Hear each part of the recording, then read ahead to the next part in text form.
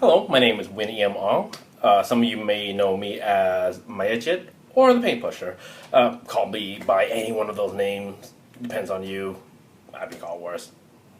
Anyway, as promised, today I will be showing you how to do wood grain effect on scale models such as Gundam, Warhammer, or airplanes.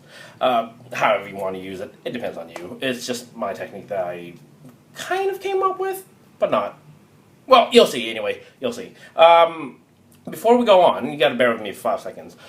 สวัสดีครับถ้าท่านอยากจะดูวิดีโอนี้ในภาษาไทยนะครับก็กดลิงก์ที่อยู่ข้างล่างนะครับแล้วจะมันน่าจะนำท่านไปสู่วิดีโอที่เป็นภาษาไทย Right, back to English.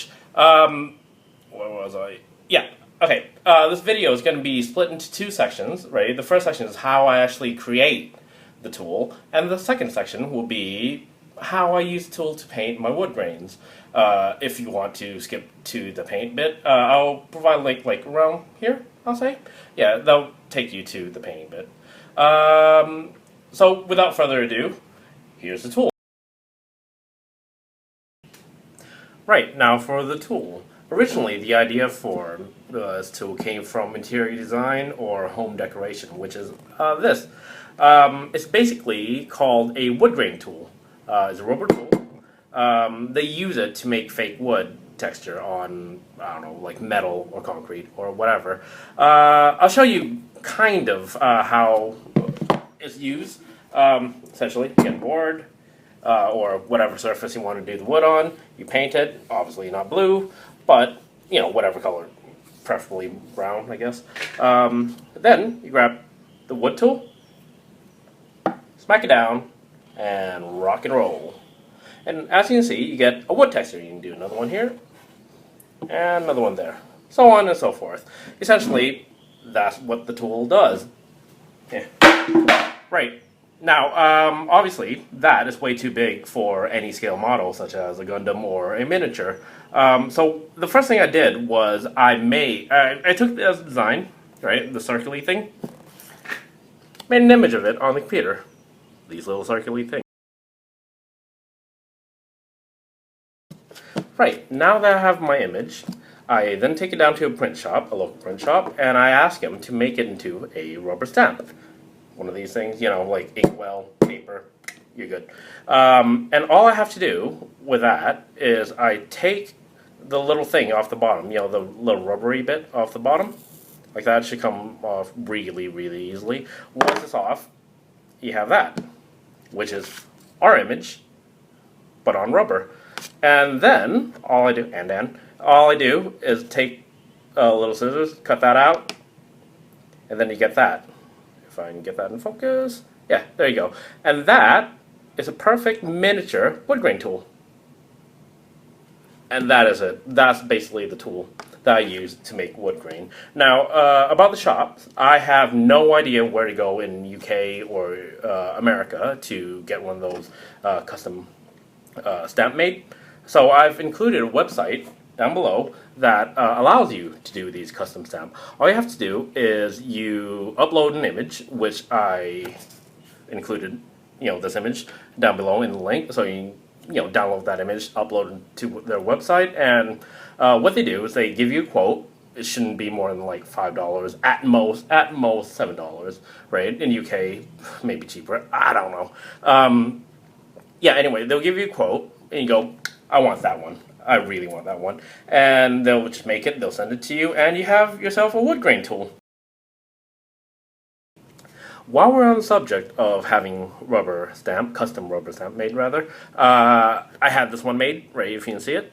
It's cracked earth. Essentially, it's just, you know, when the soil becomes too dry and it start cracking and all that crap. But yeah, that, right? You can Google cracked earth, or there's an image of this down below so you can download it. Same thing, upload it, or take it to your print shop and have it made into a rubber stamp. But this time, do not take it off the rubber stamp, because it's kind of cool, right? New toy in the arsenal.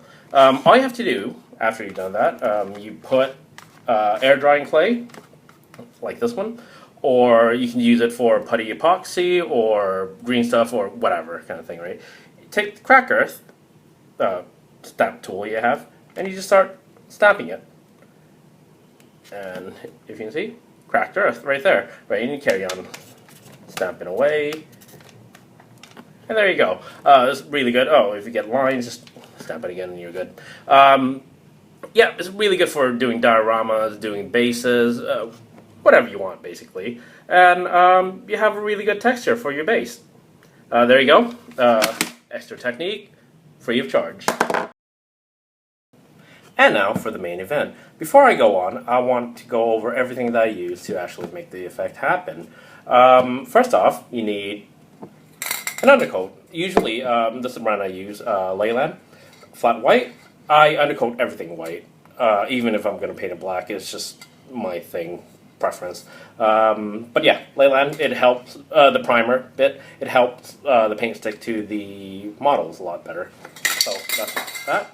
I use paint, just normal paint, water-based paint. I don't use enamel. I don't use the Tamiya stuff. I just prefer that because it's easier to clean up. And when I do stuff, it gets messy, very, very messy, and it's just a whole lot easier to clean up.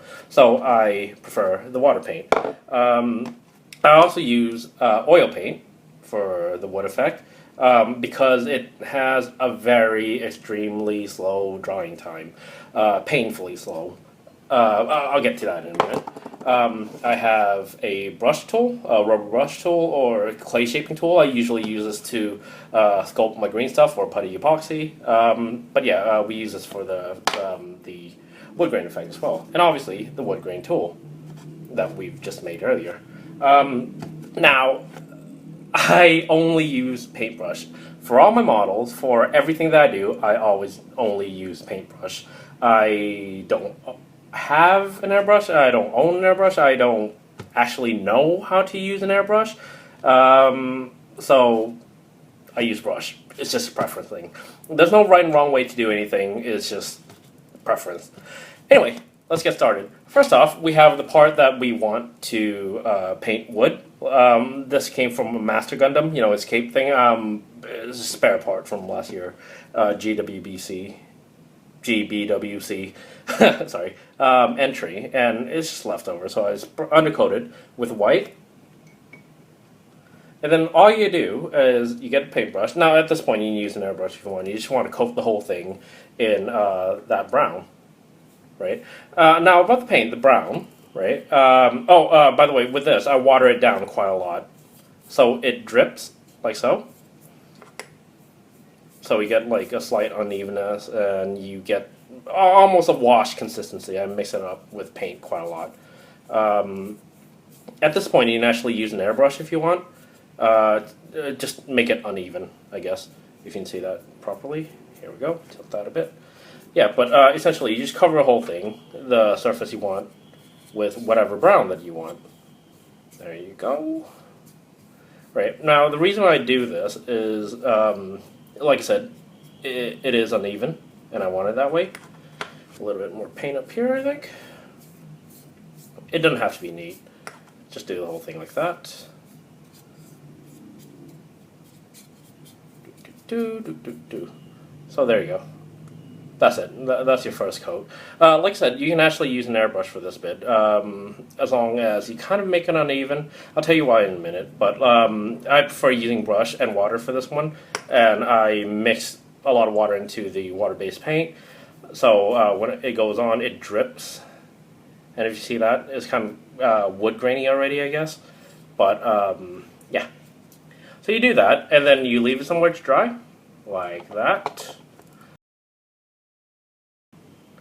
Right, now that the piece is dry, you'll say it like that, right, what we do is we put some oil color out onto a little tray or whatever surface you want, and all you have to do is paint it. When you paint the oil color onto here, don't worry about drying out. It takes like a week to dry out. So basically, once you've done the wood grain, leave it somewhere and forget about it for around a week, and then you come back to it. Now, there are some, those liquidy thingy that you add to the oil color that makes it dry a lot quicker, but I've never experimented with those, so you just got to do it, and let me know in comment how it goes, right? But I can't really advise on that. So basically, paint, and whichever way the grain, you want the grain to go, you paint that way. So for example, you want grain to go up and down, you just simply paint it up and down. Now, like I said, it takes ages to dry, so you really don't need to worry about it drying or whatever while you're painting.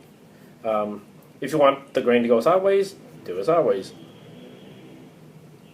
So you have like different edges. Now, you have to be really patient with the oil. Really patient with it. It's painfully slow to dry. But there you go. Alright, so we got one going. You can see that? Alright. I cannot apologize enough for the bad camera angle and workmanship around the camera. I'm working on my own, so sorry. But you get the idea, I hope. But yeah, grain going this way and grain going that way. Right? Okay. Now we've done that, we take our tool, right? Oh yeah, with tools, what I did was I put it over a hairdryer, so it heats up a bit, and then I curved it. And once it cooled, it usually stays that way. Right, so you take it in your thumb, or whichever finger you want, and all you have to do is you drag it down, and you will slowly see the wood coming out. A little bit, I hope. That's bad camera. Sorry. How about this? I'll do this and then I'll show you afterward. Essentially, that's all you do. You drag it down. You drag it down. And once you rock, you get the wood grains coming. You know, the little wood eye thingy. But there you go. You're getting...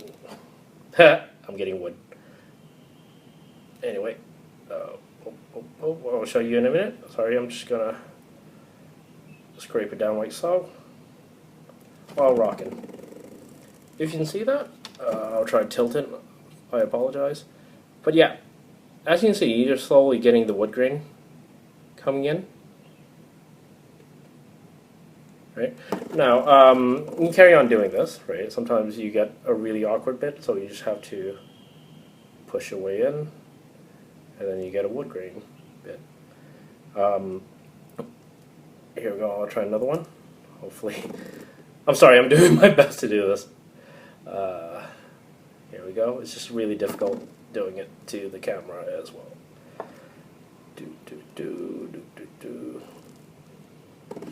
There you go.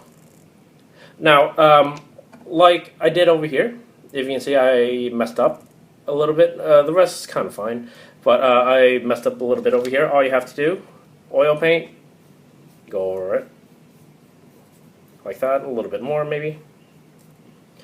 And then all you do, let's move that out of the way, is redo it. Cover it up. And then hopefully this time it won't mess up. There we go.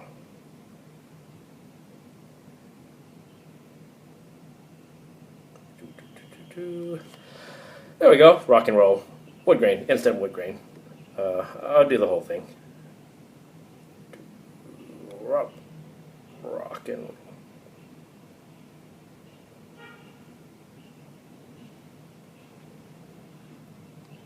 awesome. Here we go. Right now, if you notice, right, if you can see that, okay, there are these little bits that are inside, you know, like the Woodgrain tool can't get into. Sometimes I cut the little circles in half like that, and you can actually just go into it and just scrape down like that, and you get a little wood grain. Like I said, if you mess up, just repaint and re-scrape.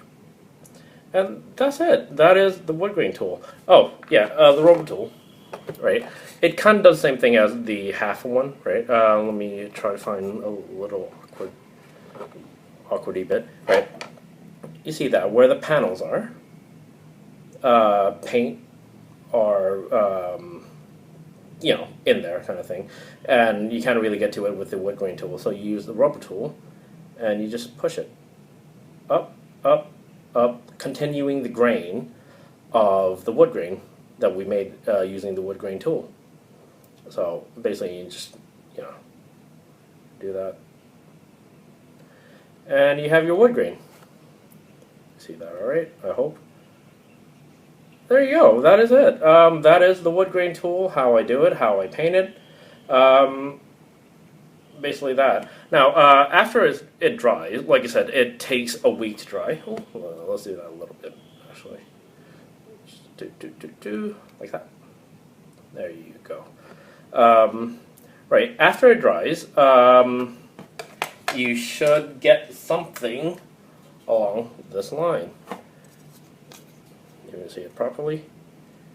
Right, there you go. I've done this one around a week ago, and I just left it alone and let it dry. Like I said, it is painfully slow to dry oil paint, but there you have it. You have a wood grain tool. A lot of times, I feel like the contrasting colors between the light brown and dark brown is a little bit too much. So, to actually tone it down a bit, what I do, I use a wash. It can be any wash, Vallejo, Games Workshop, whatever. And if I can get this open, say, rockin'. Okay. And I just give it a good wash. Giving it a wash sort of blends everything together a little bit, and it also shades the undergroove bit, the bits on the inside that you want shadows on, of the wood.